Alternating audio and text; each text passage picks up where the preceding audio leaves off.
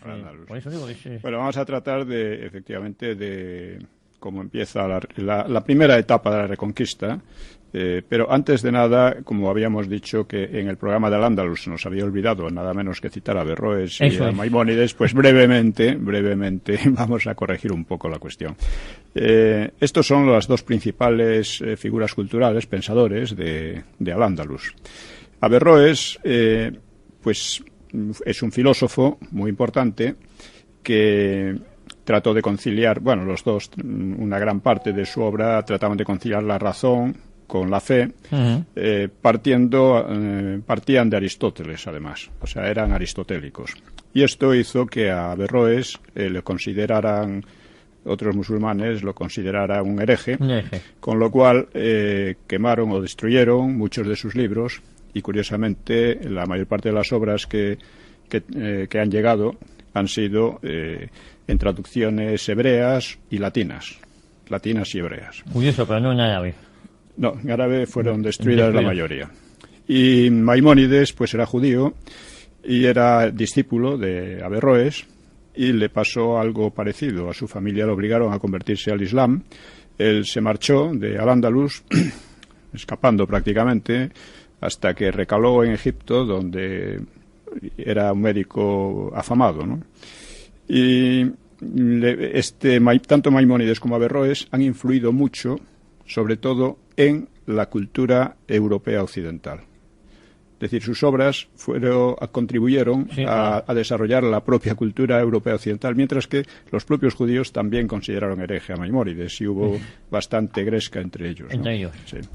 Bueno, dicho esto, vamos con con esto otro. Pero es importante recordar a Averroes y Maimónides, que por un lado o por otro sus religiones sí, no les gustaba. Esto pasaba también entre los cristianos, pero menos. O sea, la cuestión de la herejía en el Islam podía ser castigada muy, muy duramente en aquella época.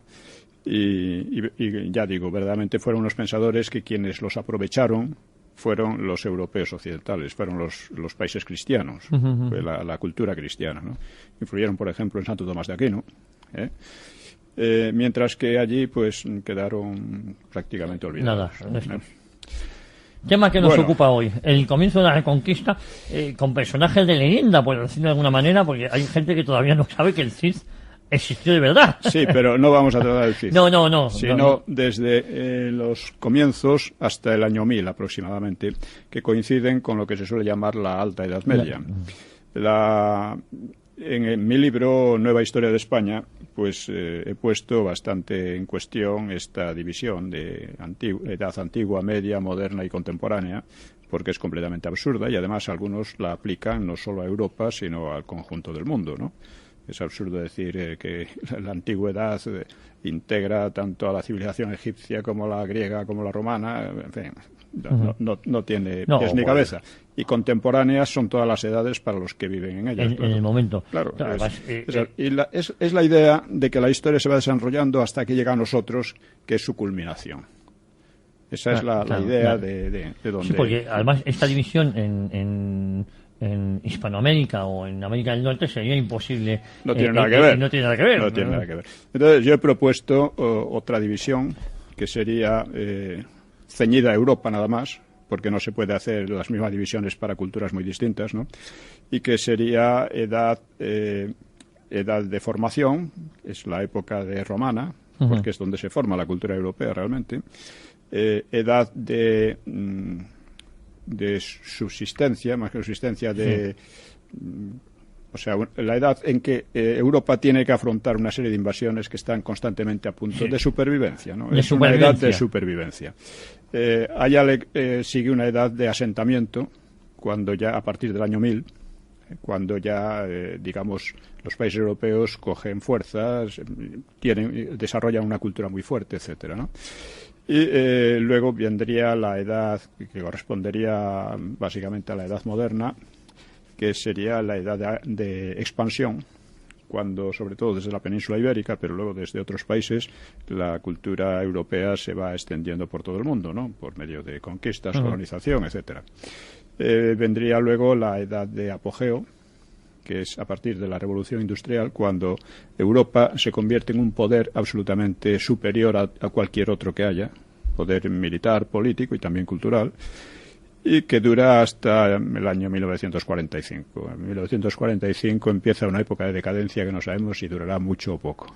Vamos, para Europa. ¿Usted opina que seguimos en esa época, no? Sí, estamos en una época de decadencia cultural, ¿no? Europa, en fin, no es la cuestión hablar ahora de ello. No, pero vamos. Pero lo que importa es que en la Alta Edad Media o en la Edad de Supervivencia vamos a ver el entorno europeo, ¿no?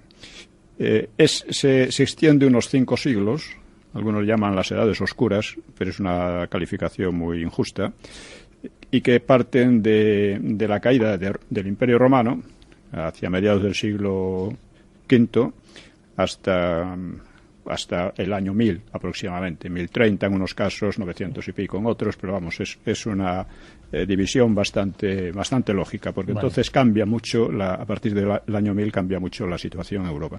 En cuanto al Andalus, precisamente también el año 1031, 1034, es el año en que el califato de Córdoba estalla en las taifas y cambia por completo la historia de Al-Ándalus, poco después en el año 1031, ¿no? ¿Y por qué se caracteriza en Europa esta edad? Se caracteriza en primer lugar por las invasiones. O sea, el Imperio Romano fue destruido por las invasiones bárbaras, sobre todo germanas, eran básicamente germanas, pero estas no acabaron. O sea, sobre las ruinas creadas por las invasiones germánicas, o sea, la destrucción del Estado romano, la destrucción de ciudades, de muchas cosas, ¿no? Mal llamado bárbaros, ¿no? Bueno, no tan mal llamado. Bueno. Eran bastante bárbaros. Eran muy atrasados en comparación con los romanos, indudablemente, ¿no? Pero estos... es la Iglesia la que va reconstruyendo la cultura a partir de la cultura latina.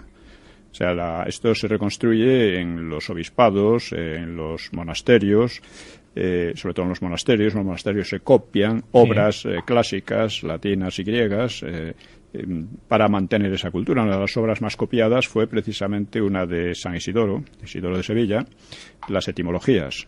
Etimologías, que es un intento de enciclopedia, es en cierto modo la primera o una de las primeras enciclopedias que se han hecho, ¿no? Y este fue muy copiado en todos los monasterios europeos. Es una de las obras que más se encuentran entre el material bibliográfico, ¿no?, de la época.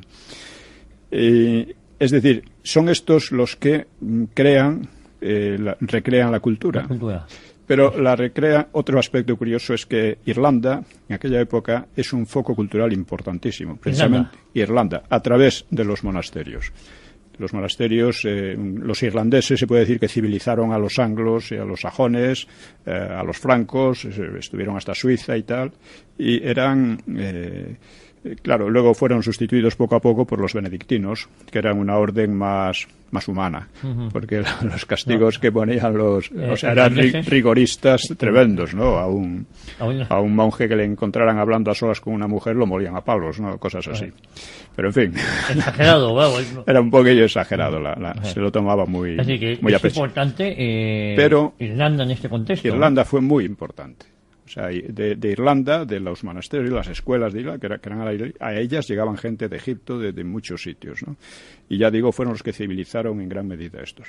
Ahora bien, toda esta labor de reconstrucción cultural que hace la Iglesia, a través también de las escuelas, de los monasterios y de las catedrales y tal, en que se se sistematizó eso a partir de un monje inglés, Alcuino de York, que lo sistematizó a partir de una escuela que fundó Carlomagno en Aquisgrán. Se estudiaba el trivium y el quadrivium. El trivium y el quadrivium.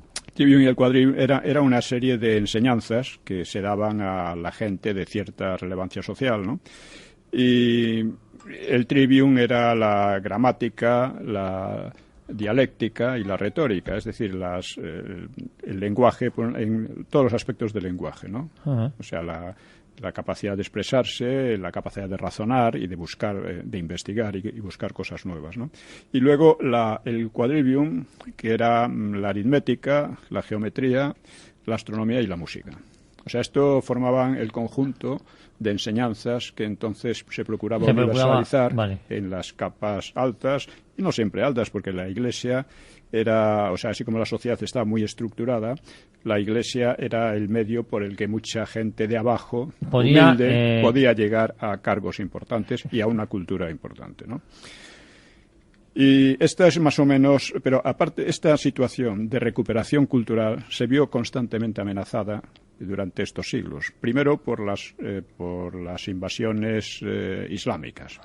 Las invasiones islámicas ocuparon prácticamente toda la península, toda España, y llegaron hasta el centro de Francia, donde fueron rechazados en Poitiers, pero aún así se quedaron en el sureste de Francia. Atacaron luego más tarde a Sicilia. Llegaron a ocupar Sicilia, amenazaban Italia, etcétera. O sea, era una situación peligrosa, pero que se complicó a partir de finales del siglo VIII. O sea, hacia 790 y pico, ¿no? Cuando los vikingos atacan un monasterio irlandés en Lindisfarne, que queda en la costa, es una islita que queda en la costa oriental de Gran Bretaña, y lo masacraron los monjes, se apoderaron de todo lo que pudieron, vieron que la cosa era prometedora y empezaron las invasiones vikingas, que fueron devastadoras, ¿no? Sí, por Gran Bretaña, en Irlanda, en Francia, en parte de Alemania. En España también la sufrió, aunque no llegaron a asentarse, pero sufrió ataques muy fuertes en Galicia, sobre todo en Galicia, en Vascongadas y también en Al-Ándalus, en el Valle del Guadalquivir. Pero es curioso, ¿no? Sí. Los vikingos eran invasiones, venían, rapiñaban, se volvían a ir. Se iban, a veces se quedaban, en Normandía de Francia se quedaron, y los normandos fueron los que en cierto modo fundaron Inglaterra. En cierto modo. Quizás hablemos en otro momento de eso. Sí. Y también fundaron Rusia. O sea, la Rus de Kiev se funda por los vikingos que atravesaban, eran los vikingos suecos o varegos, que atravesaban desde el mar Báltico. ¿El mar Báltico? Siguiendo los ríos, el río Neva, y todos ellos hasta el mar del Burgo, y se metían. Entonces no existía, claro. No, claro, eso eran estepas. Eran pantanos terribles, bosques. Bueno, el caso es que llegaron a Kiev y a Novgorod, y en los dos sitios fundaron estados que se consideran el origen de Rusia. Por eso ahora hay tanto lío en Ucrania. Sí. Tanta mezcolanza, además, ¿no? No, y la guerra esta, porque los rusos consideran que Kiev es el origen de su nación. Claro. Y los ucranianos, por lo menos una gran parte de ellos, no quieren saber mucho de los rusos. Sí. Esa es la realidad actual, ¿no? Hubo, como digo, estas tremendas invasiones que condicionaron todo el desarrollo. En España, la invasión que condicionó el desarrollo fue la invasión islámica, que fue en el 711, como bien sabemos. La caída de España, para transformarse en Al-Ándalus, pues fue vivida por los españoles pues como una cosa desastrosa, como una tremenda catástrofe, que repercutió también en el resto de Europa, porque el Estado hispanogodo tenía un gran prestigio en Europa. Era uno de los estados más cultos, era uno de los estados más ricos, dentro de la pobreza general que había en Europa, ¿no? Y tenía un prestigio. San Isidoro, ya digo, el hecho de que se copiasen tanto sus obras es muy indicativo, ¿no? Es importante este punto porque ya lo hemos comentado en otros programas, que es el origen de España, ¿no? Que es el reino visigodo. El reino visigodo. Pues muchas veces piensa la gente que es a partir de 1492. No, España ya existía anteriormente. No, y otros desde final del siglo XVIII. Esto depende de cómo se quieran definir las palabras. Yo defino una nación como una comunidad básicamente homogénea en lo cultural, con un Estado. Y eso lo crean los visigodos. La base cultural la crean los romanos y el Estado lo crean los visigodos. Y eso es una nación. Ahora bien, hay gente que dice, la nación propiamente hablando no existe hasta la Revolución Francesa. No, la Revolución Francesa lo que existe es el nacionalismo y la nación moderna, vamos a llamarle así. La nación contemporánea. La nación contemporánea. Sí, pero como tal ya existían. Claro, no podemos negar los 18 siglos anteriores. Claro, y dentro de 50 años a lo mejor el Estado cambia y es un tipo nuevo de nación, pero sigue siendo la nación. La nación nace en aquella época. Naturalmente, si decimos que la única nación que podemos llamar nación es la que nace con la Revolución Francesa, pues sí, la Revolución Francesa lo que nace es la teoría de que la soberanía reside en la nación, reside en el pueblo. En el pueblo. Y no en el rey o en algunos, etc. Eso es lo que nace en Europa, algo parecido ya estaba en USA, ¿no? Nace con la Revolución Francesa. Pero antes era otro Estado. Y nación. Si la nación se convierte en soberana es porque la nación existía antes, ¿sí, no? ¿De dónde sacan la...? Otra cosa es donde residía la soberanía, ¿no? Si en el pueblo o en el monarca. Claro, pero eso es efectivamente. Son cuestiones... bueno, son importantes, pero son etimológicas también, porque... es una cuestión... Ya digo. Entonces... hay una crónica famosa, la crónica mozárabe, de pocos años después de la conquista islámica. La crónica mozárabe está escrita por un mozárabe, posiblemente un monje, en el año 754, es decir, 40 años, 43 años después de la invasión islámica, después de la invasión misma, ¿no? Y ahí se habla de la pérdida, la ruina de España, y además con un tono muy dramático, ¿no? Dicen, no hay manera de expresar en palabras lo que ha significado aquello. Es lo que viene a decir. Bien, pero ya antes había empezado la Reconquista en la batalla de Covadonga. Bueno, hay que decir también que la palabra, el concepto correcto es el de reconquista. Porque eso ahora lo tratan de poner en duda. No, en duda, lo tratan de borrar, de decir que existen estados cristianos que no se sabe cómo, ni por qué, ni para qué nacen, o sea, reinos cristianos, que no son reinos cristianos, son reinos españoles, porque reivindicaban España y porque reinos cristianos había en toda Europa y no estaban aquí. Los reinos de aquí eran reinos españoles. Es decir, esa confusión etimológica entre cristianos y moros no, era entre españoles y no españoles. Españoles y andalusíes. Eso es. Esa era culturas completamente distintas, ¿no? Dado que los islámicos llegaron a ocupar prácticamente toda la península, pues los centros de la Reconquista, los centros iniciales, pues son 3, con ciertas diferencias de importancia, ¿no? Llegarían a haber 5 reinos, ¿no? Cristianos, o sea, españoles. Empieza primero en Covadonga, en Asturias. En Asturias. La verdad es que las noticias que tenemos de entonces son un poco tardías porque queda muy poco de lo que se escribió. Primero se escribiría muy poco y de lo que se escribió queda menos. Entonces hasta un poco más tarde no se habla, o sea, no se explica lo que pasó antes, pero no hay ninguna razón especial para pensar que es una leyenda falsa. El primero, ya digo, es Asturias. El segundo es la marca hispánica que crean los francos en los Pirineos. A lo largo, ellos tratan de crearlo, de llegar hasta el Ebro, pero no lo consiguen. Entonces se crean una serie de condados dependientes de los francos, condados, hasta 15 condados, entre el norte de lo que es actualmente Cataluña. Ellos querían hasta el Atlántico, hasta el Cantábrico, ¿no? Pero fueron derrotados en la famosísima batalla de ¿cómo se llama, hombre? De Roncesvalles. Bueno, por los vascos, probablemente una alianza de vascos y musulmanes. Y entonces toda la parte que llega al Cantábrico y Navarra, etcétera, no quedaron, o sea, no fueron parte de la marca hispánica porque no quedaron bajo el poder de los francos.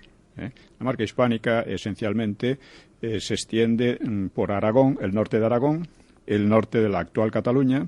Aragón es un término que ya es muy antiguo, mientras que Cataluña es un término mucho más reciente. Mucho más moderno. Bueno, Cataluña no se empieza a hablar de Cataluña hasta el siglo XII o por ahí. En cambio, Aragón, desde muy pronto se habla de Aragón. Tampoco se habla de Navarra, se habla de Pamplona, el reino de Pamplona, que es lo que se crea allí. Se llamó Reino de Navarra mucho después, ya en la Baja Edad Media o en la Edad de Asentamiento. Sí, ¿no? Es curioso para aquellos que reivindican determinadas historias, situarnos. No se hablaba del Reino de Navarra, sino del Reino de Pamplona. El Reino de Pamplona. Y el Reino de Cataluña llega mucho... No el Reino de Cataluña, sino el concepto de Cataluña existió. Nunca existió. No, sí, el reino nunca existió. Nunca existió. Y o sea, Cataluña aparece con ese nombre y se habla de catalanes, además, en documentos italianos, curiosamente, ya en el siglo XII. Es curioso, en la Cerdeña se habla o tienen... utilizan la senyera también, Bueno, hay un sitio porque perteneció al Reino de Aragón. Sí. O sea, la senyera, las 4 barras son del Reino de Aragón. También en Valencia. Hay un pequeño pueblo en Cerdeña que se llama Alguero que habla en catalán. Yo he estado ahí. ¿No? Sí. ¿Ah, sí? Sí, por eso lo digo. Muy bien. Bueno, ya digo, nosotros la invasión que nos tocó fue, he olvidado mencionar entre las invasiones las de los húngaros y las de los eslavos, que ocuparon el este, no llegaron al centro mismo de Europa nunca. Pero los húngaros sí. Los húngaros amenazaron a Francia y parece ser que en alguna incursión llegaron hasta los Pirineos. Pero fue otra invasión de estas muy peligrosas, sí. ¿No? Muy peligrosa. Como digo, se crean estas 3 focos, la marca hispánica, el Reino de Pamplona y Asturias. Y Asturias. Bien, el Reino de Asturias dura prácticamente toda la época la Alta Edad Media o Edad de Supervivencia. A partir de entonces pasa a ser el Reino de León. Asturias. Sí, Asturias, la capital, pasa a León y se convierte en el Reino de León. Pero hay una diferencia muy importante entre estos 3 focos. Y es que el más expansivo y el más fuerte y el más reivindicativo es el de Asturias. Mientras que la marca hispánica llega a Barcelona, pero no consigue llegar al Valle del Ebro. Llega a Barcelona y en el resto queda muy ceñida a los Pirineos. Y allí permanece así hasta la Baja Edad Media, hasta el cambio de edad. Y Navarra, o sea, Pamplona, también permanece inactiva en gran medida, o sea, con poca actividad, porque además había un problema con unas veces de acuerdo y otras de desacuerdo con la zona del sur de Navarra, que estaba estaba dominada por una dinastía, los Banu Qasi. Los Banu Qasi eran una dinastía creada por un duque visigodo, un noble visigodo, que había aceptado el Islam y colaboraba con el Islam, aunque al mismo tiempo estaba siempre mantenía una autonomía con respecto a Córdoba y estaban siempre en rifirrafes, porque ya hemos dicho que Al-Ándalus era una guerra civil casi permanente, ¿no? Pero los Banu Qasi, en cualquier caso, eran islámicos, y por supuesto no eran parte de la Reconquista, pero en cierto modo taponaban la expansión de Pamplona, que ya digo, entre ellos había acuerdos y desacuerdos según las circunstancias, como siempre ocurre. No sé si vamos bien Vamos bien. Sí. Vamos bastante bien. Sí, bien. Nos queda todavía, en unos minutos nos iremos a publicidad, pero todavía bien. Tenemos entonces que es Asturias donde a lo largo de estos siglos, o sea, a partir del siglo VIII, de casi mediados del siglo VIII, de la batalla de Covadonga, que se supone que fue en 722,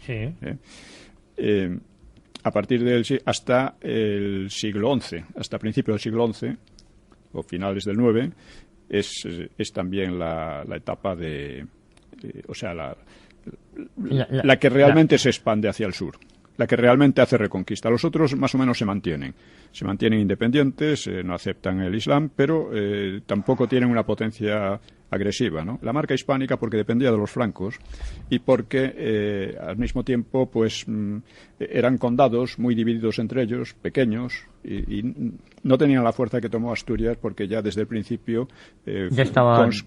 construyó un estado, de hecho era un verdadero estado unitario, y eso le permitía una capacidad mucho mayor de acción. Pero ¿Al-Ándalus llegó a conquistar, por decirlo de alguna manera, Asturias o nunca llegó a...? Sí.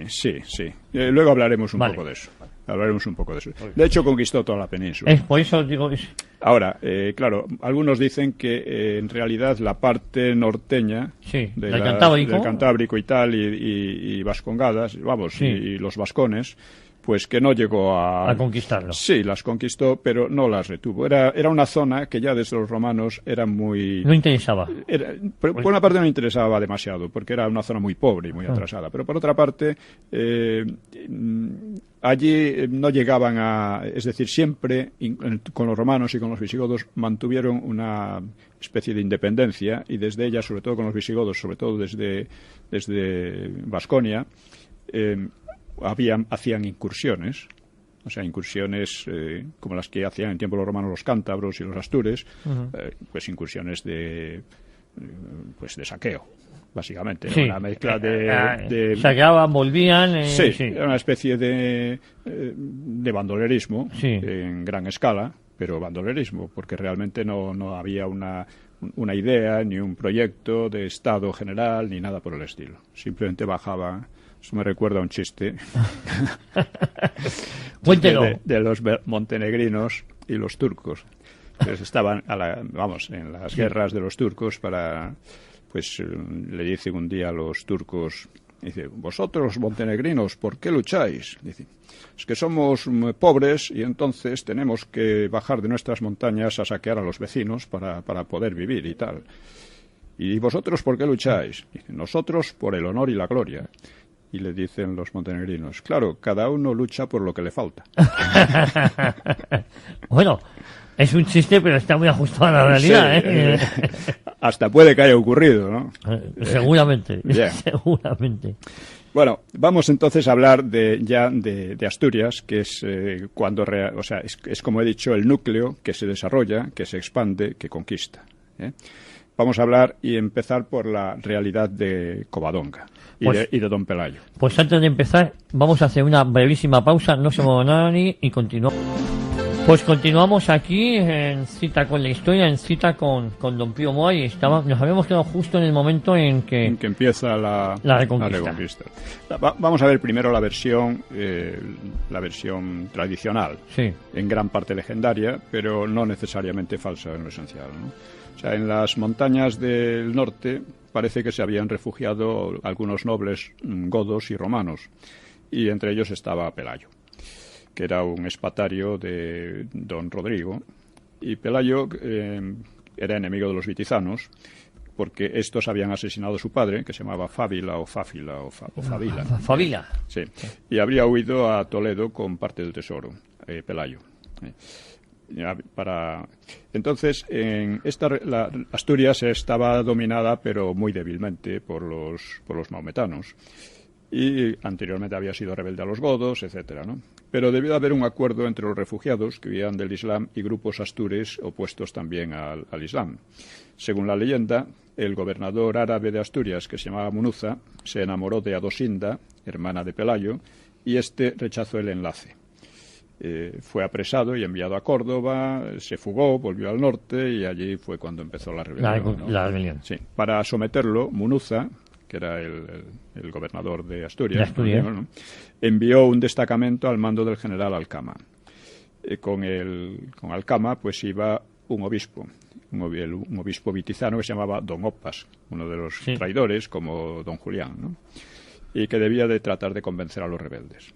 El encuentro se dio en Covadonga, más o menos en una fecha inicial, quizás hacia el 718, y 7 años después de Guadalete, o poco más tarde, o 722. Es difícil decirlo exactamente. No, muy poco después de cuando se inicia la invasión en el 711. Claro. Y entonces comenzó el célebre diálogo entre Opas y Pelayo. El obispo le dijo: trabajas en vano. ¿Y cómo podrás resistir en esta cueva si España y sus ejércitos, unidos bajo el poder godo, no pudieron resistir al ímpetu ismaelita? Atiende mi consejo, retírate a gozar de los muchos bienes que fueron tuyos, en paz con los árabes como hacen los demás. Pelayo no le gustó la oferta, del colaboracionista y le dijo: no quiero amistad con los sarracenos ni sujetarme a su imperio, porque ¿no sabes tú que la Iglesia de Dios se compara a la luna, que estando eclipsada vuelve a su plenitud? Confiamos pues en la misericordia de Dios, que de este monte que ves saldrá la salud para España. Tú y tus hermanos, don Julián, ministros de Satanás, determinasteis entregar a estas gentes el reino godo, pero nosotros, teniendo por abogado ante Dios Padre a nuestro Señor Jesucristo, despreciamos esa multitud de paganos. La conversación es casi seguro que es una invención posterior, es casi seguro, ¿no? Pudo haber algo parecido. A veces entre los ejércitos a veces se hablaban antes de trabar combate, ¿no? Pero de todas maneras, sea como sea, lo que refleja la conversación es la pura realidad. Sí, como el obispo está a favor de los... y la realidad del momento, dice, porque la hueste de Pelayo eran 4 gatos, como así decir, que se apoyaban en el escabroso terreno de la zona. Y sí, pues consiguió aniquilar a sus enemigos, ¿no? Que un número ignorado, bueno, la leyenda los multiplica por cientos, ¿no? Pero vamos, debía ser más bien una escaramuza que una gran batalla, pero bueno... es el origen, Es el origen, ¿no? Munuza, pues... o sea, la realidad, ya digo, es que era... si te rebelas, lo más probable es que pierdas. Y además te están ofreciendo una colaboración que vas a estar muy bien y, sin embargo, es rechazada, ¿eh? Es decir, esa era la realidad real. Esa es la realidad. Tenía la posibilidad y, sin embargo, se rebeló, ¿no? Porque otros godos, otros muchos nobles y gente aceptaron al Islam. Asumieron o sea que la leyenda, aunque resulta verosímil que hubiera allí una batalla, no tan grande como se dice. No se les pedía que renegaran de su fe y se pasaran al Islam, pero sí que por lo menos... No tenían por qué renegar. No tenían por qué. No. A los nobles muchas veces, algunos sí renegaban, y antes o después renegaban todos, claro, pero muchos de ellos no podían seguir con sus riquezas, con su religión y tal, porque esto pasaba también cuando Carlos Martel derrota en Poitiers a los musulmanes, tiene que bajar hacia el sur de Francia porque allí estaba pasando lo mismo que en España. Es decir, un montón de nobles estaban pactando con los musulmanes para quedarse con sus bienes, pero sometidos al poder musulmán. Y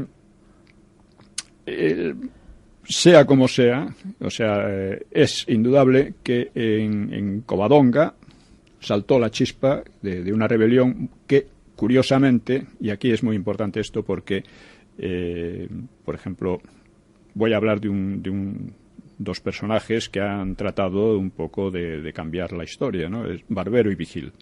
Estos han escrito un libro sobre la base social de la Reconquista, que termina así: es preciso tener en cuenta el desarrollo coherente de los pueblos del norte de la península, tanto desde el punto de vista económico y social como político e ideológico, para llegar a comprender los orígenes y el desarrollo posterior de la llamada Reconquista. La llamada Reconquista. Es decir, ya. Bien. El libro lo que analiza es que no pudo haber reconquista desde allí. Dice, aquellos eran unos pueblos que no habían sido nunca sometidos, que estaban siempre en plan más o menos independiente y que eran sumamente atrasados, sumamente pobres. Esto es verdad. Sí, todo esto es verdad en gran parte. Pero no es que no estaban romanizados, aunque no profundamente, eran los menos romanizados de la península. Estaban... Es curioso eso también, ¿eh? Sí, porque era una zona muy montañosa, allí no era difícil llegar, no tenía interés económico, entonces mantenían en gran parte eran paganos, fueron paganos durante mucho más tiempo que el resto de España, etcétera, ¿no?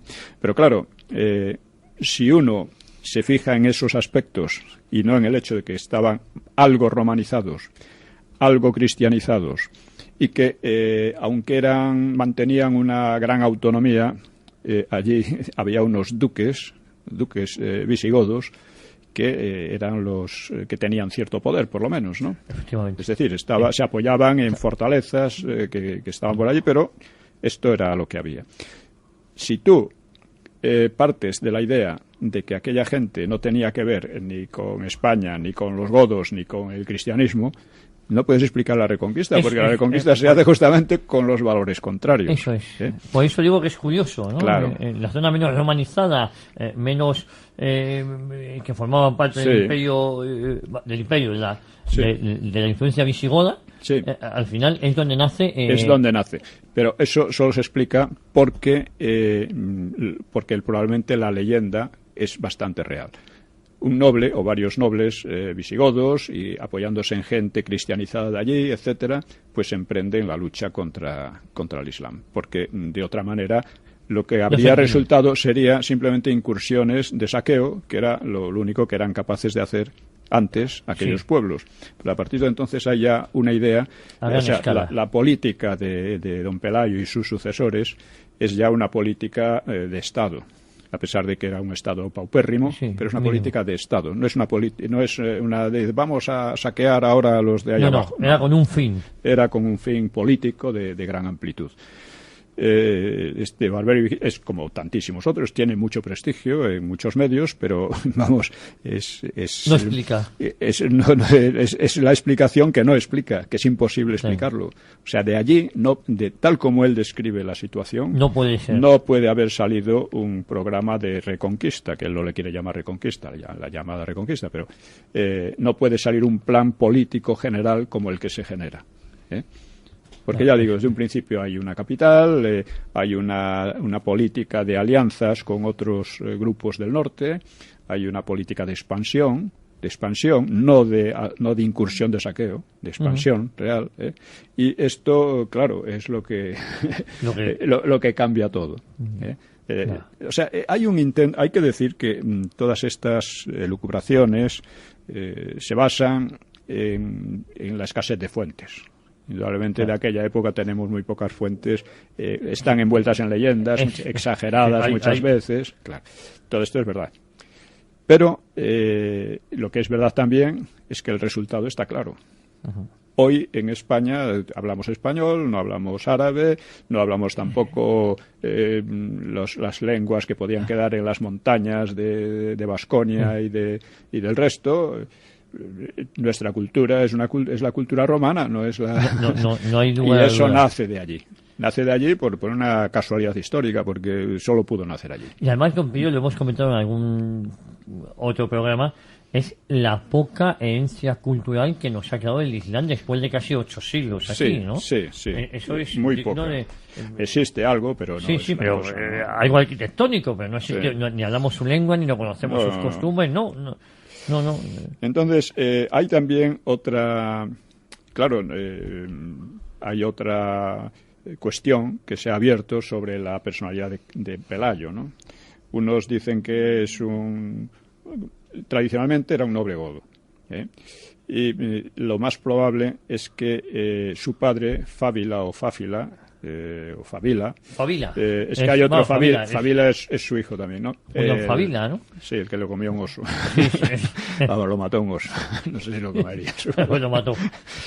Bueno, el caso es que era probablemente el duque de Asturias. O sea, el representante del poder visigodo en Asturias. Y por lo tanto debía tener allí bienes y tener de todo. Y por eso fue allí a rebelarse y no a otro sitio.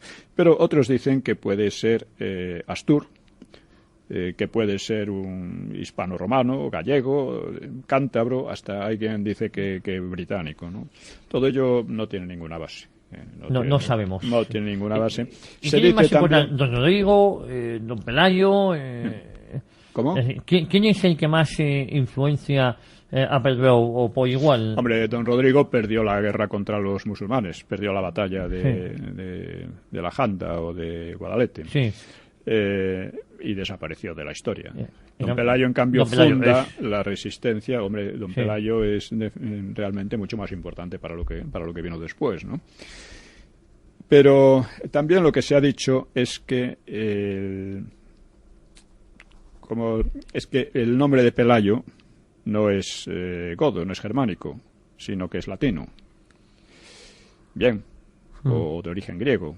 El caso es que eso no tiene la menor importancia, porque, por ejemplo, los Banu Qasi son los hijos de Casio, de Cassius. Casio es un nombre latino. Y sin embargo, Cassius era un noble godo. ¿Por qué ocurre eso? Pues porque desde Leovigildo debe haber habido una mezcla muy grande. Y entonces resulta que los nombres, seguramente muchos hispanos adoptaron nombres germánicos y viceversa. O sea, debió de ser una cosa normal y natural. Es lo más lógico. Es lógico porque que además, eso sucediera. Claro, es curioso porque a lo largo de la Reconquista los nombres germánicos se expanden muchísimo, incluso hasta llegar a ser mayoritarios en España, ¿no? Entonces, está claro que hay un cambio y al final unos y otros adoptan como natural los nombres de unos y otros.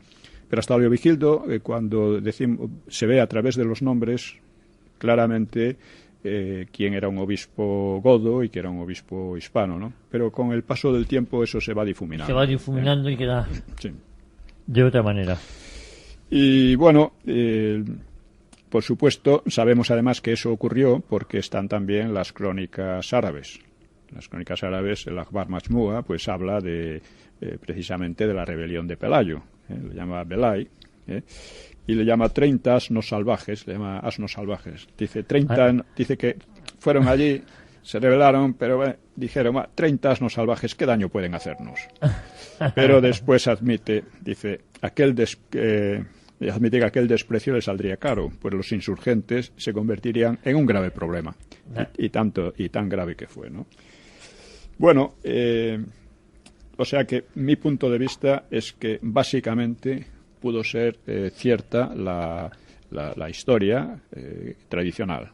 Es decir, que hubo un noble godo allí, que me parece además que solo un noble godo podía tener una concepción de Estado y no una concepción de bandidaje, ¿no? A escala mayor o menor. Efectivamente, una cosa es el bandidaje y otra ese concepto de Estado que ya habían tenido los godos, ¿no? Los visigodos en este caso. Que claro, no hay documentos precisos de la época, no hay documentos, ¿no? Pero poco después vemos cómo están las cosas. Y no hay por qué pensar que al principio no era así igualmente. Es decir, que ese designio de reconquista, vamos a llamarle así, ese designio de reconquista estaba, probablemente, en mi opinión, estaba ya presente desde el principio mismo, aunque no aparezcan los documentos hasta bastantes años después. Comentábamos que muy importante, el que quiera más información, Nueva Historia de España, de don Pío Moa, y también había otra obra importante que era de Sánchez Albornoz. Sí, bueno, hay muchas. Hay muchas, pero bueno, yo cito la mía porque es en la que me baso, claro, pero hay muchas, y muchas también contrarias, como la que he citado de Vigil y Barbero, dos profesores de la universidad, ¿no? Luego es muy interesante además cómo ya a partir de finales del mismo siglo VIII, o sea, del mismo siglo de la invasión islámica, el reino de Asturias se expande de una manera fantástica con Alfonso II el Casto. Entonces, don Pelayo es verdad que sienta esa base sí, sienta la base. La base, nada más. En una zona de Asturias, de allí... Nada más y nada menos.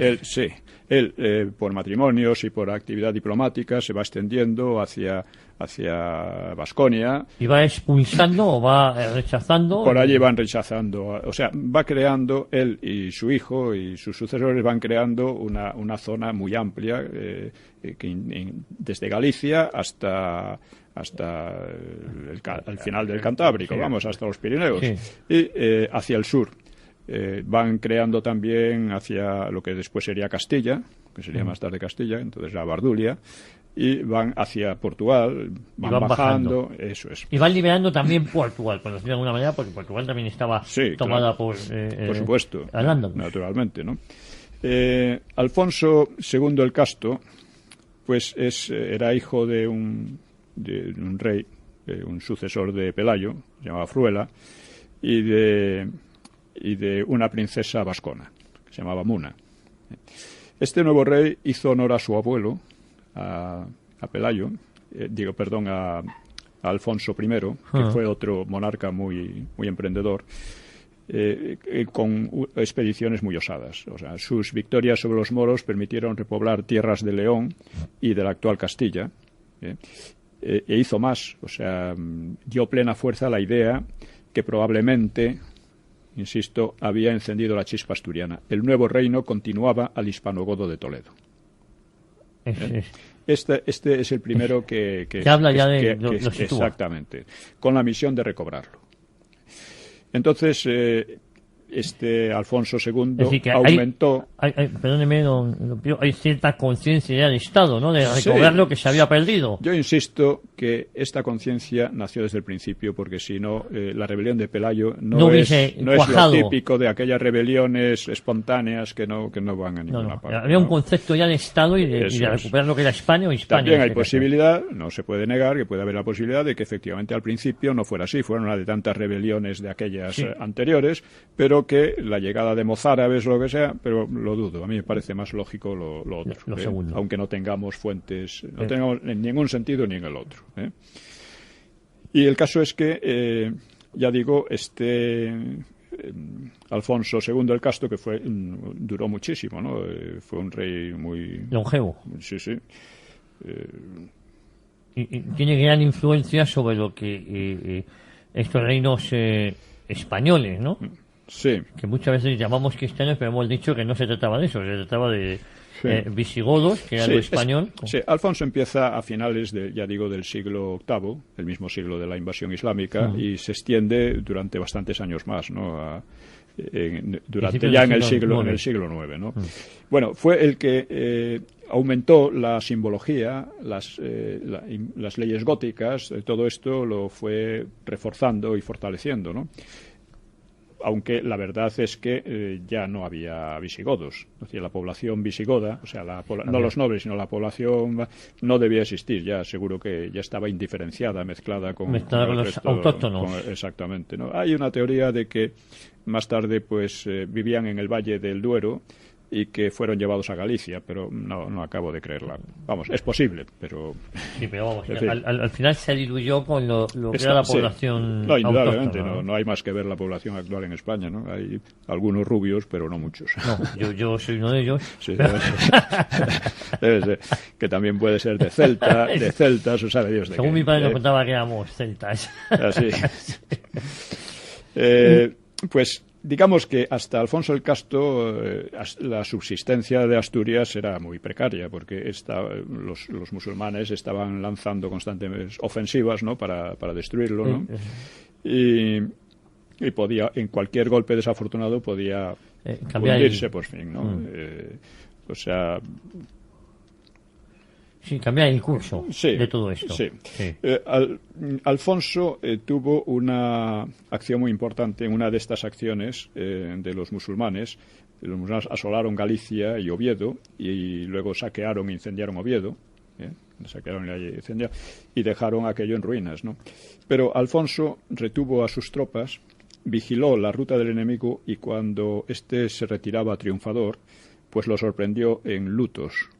Lutos son lodos o ciénagas, y los aplastó, los aniquiló.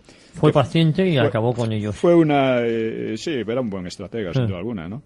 O un buen táctico, ¿no? Fue una revancha parcial de la batalla del Guadalete, porque a partir de entonces ya el reino se consolida. Ya, aunque sigue habiendo incursiones y ataques, incluso cuando llega Almanzor mucho tiempo después. Pero se consolida, con lo cual ya no es vuelto a ser invadido Asturias. Sí, bueno, Alfonso fue tan audaz que asaltó Lisboa, aunque tuvo que evacuarla, pero la asaltó porque estaba demasiado alejada de sus fronteras y era peligroso. Y tuvo que volver. Pero hacía unas incursiones muy, muy audaces, ¿no? Y bueno, por esa época también hubo una polémica teológica entre Elipando iniciada por Elipando de Toledo y Félix de Urgel, que según ellos mantenían la idea de que, más o menos arriana, incluso influida por el Islam, de que Jesucristo no era el Hijo de Dios, se hizo Hijo de Dios después al morir, pero que hasta entonces era un hombre como los demás, ¿no? Y eso provocó una polémica en que Beato de Liébana pues los fustigó de una manera Así que Tremendo, ya en ¿no? esta época... Sí, tratándolos de traidores y de todo. Había alguna división que otra. Sí, divisiones, no, eran divisiones, o sea, estos otros estaban en zona islámica, Sí. eran mozárabes. Beato de Liébana estaba en zona cristiana. Y Que la única entonces, zona cristiana en ese momento era Asturias, ¿no? sí, Asturias, la parte del norte, sí. Eso. Asturias ya, no, esta era ya gran era el parte, ya era el Cantábrico. norte, Eso. ya era el norte, la España cantábrica. En el libro No historia de España señala la España cantábrica y la España pirenaica. La España cantábrica fue la de la gran expansión durante esta edad que llamamos alta edad media, o que llamamos, para mi gusto mejor, edad de supervivencia, mientras que la España pirenaica queda estancada durante todo este tiempo, durante todo este periodo. Pequeñas incursiones, Sí, ataques y pero tal, queda pero estancada. queda estancada. La que empieza a tomar relevancia es esta España Sí. cantábrica. Sí, exactamente. Y bueno, hay otra cosa que es muy, muy importante y que es con Alfonso el Casto. Y es, Alfonso el Castro, que nos situamos a principios del siglo IX. Sí, aproximadamente. del siglo IX. Él gobernó durante 52 años. Muy longevo para la época. Sí, sí, sí. Y bueno, también no hay, cuando hablamos de que la edad media era de 30 años, es que la edad media era la esperanza de vida al nacer, porque Sí. y La en mortalidad gran parte infantil era por la mortalidad eso es, infantil, ¿no? Eso es. Pero no es que la gente, Pero la gente muriera una a los vez, 30 años. sí, Pero que... una vez superado eso, pues podía vivir mucho más, ¿no? Es importante, yo creo que en sucesivos programas, pues yo siento debilidad por el mito del Cid. Sí, bueno, ya Tenemos- hablaremos del Cid, ya hablaremos del Cid. Alfonso el Casto, pues tuvo buen trato con Carlomagno, fuera de las fronteras españolas. Sí. Fue el que trató de hacer de Oviedo una digna sucesora de Toledo. Por supuesto, no lo consiguió porque eran zonas pobres, ¿no? Pero pobló la ciudad con tropas, labriegos, artesanos, comerciantes, ¿no? Construyó allí un palacio y otros edificios, sobre todo una basílica que la incendiaron los árabes en una de sus incursiones, y a la que donó la famosa Cruz de los Ángeles. Varias fueron alzados pues más iglesias y palacios con la referencia a la basílica, que se convirtió en un centro de peregrinación, y además fue el nacimiento del arte asturiano, que es un arte muy interesante, prerrománico, pero muy interesante. Podemos afirmar que a partir de Alfonso Alfonso II el Casto, recibimos ayuda de fuera de nuestras fronteras para la reconquista. No, ¿O fue algo muy esporádico en un momento dado? No hubo. Eran buenas relaciones diplomáticas. Pero no hubo ayuda en ningún momento. La ayuda extranjera fue la marca hispánica, Eso que la es. crearon los francos, Eso ¿no? es. Pero que allí Vale. quedó, durante mucho tiempo, quedó casi estancada, ¿no? Pero lo más importante del reinado es la peregrinación a Santiago, descubrimiento del sepulcro, atribuido al apóstol. Y eso ¿no? sí hace una fuerza moral. Bueno, en 814, un ermitaño que también se llamaba Pelayo, 100 años después de la invasión, sí, 100 más años o menos. después de 100 la años. invasión, efectivamente, afirmó que había visto resplandores en un bosque, de donde vendría el nombre de Compostela, Compostela, Santiago de Compostela. Compostela, efectivamente. Campo de la Estrella. Fue avisado el obispo de Iria Flavia, Teodomiro, y allí descubrió el presunto sepulcro de Santiago el Mayor, identificado con una lápida. Acudió Alfonso II, el Casto, al lugar, donde hizo erigir un santuario y declaró al apóstol patrón de España, siguiendo a Beato, que en su poema había llamado a Santiago cabeza refulgente y dorada de España, defensor poderoso y patrono nuestro. Beato de Liébana. Pues importantísimo, aquí nos vamos a quedar porque ya se nos ha acabado el tiempo. Bien, Don Pío, Santiago, en España se decía que en ningún otro país Dios había concedido a ningún otro país europeo que un apóstol fuera sepultado más que en España. Pues importantísimo este dato, importantísimo que estamos hablando del año 814. Sí.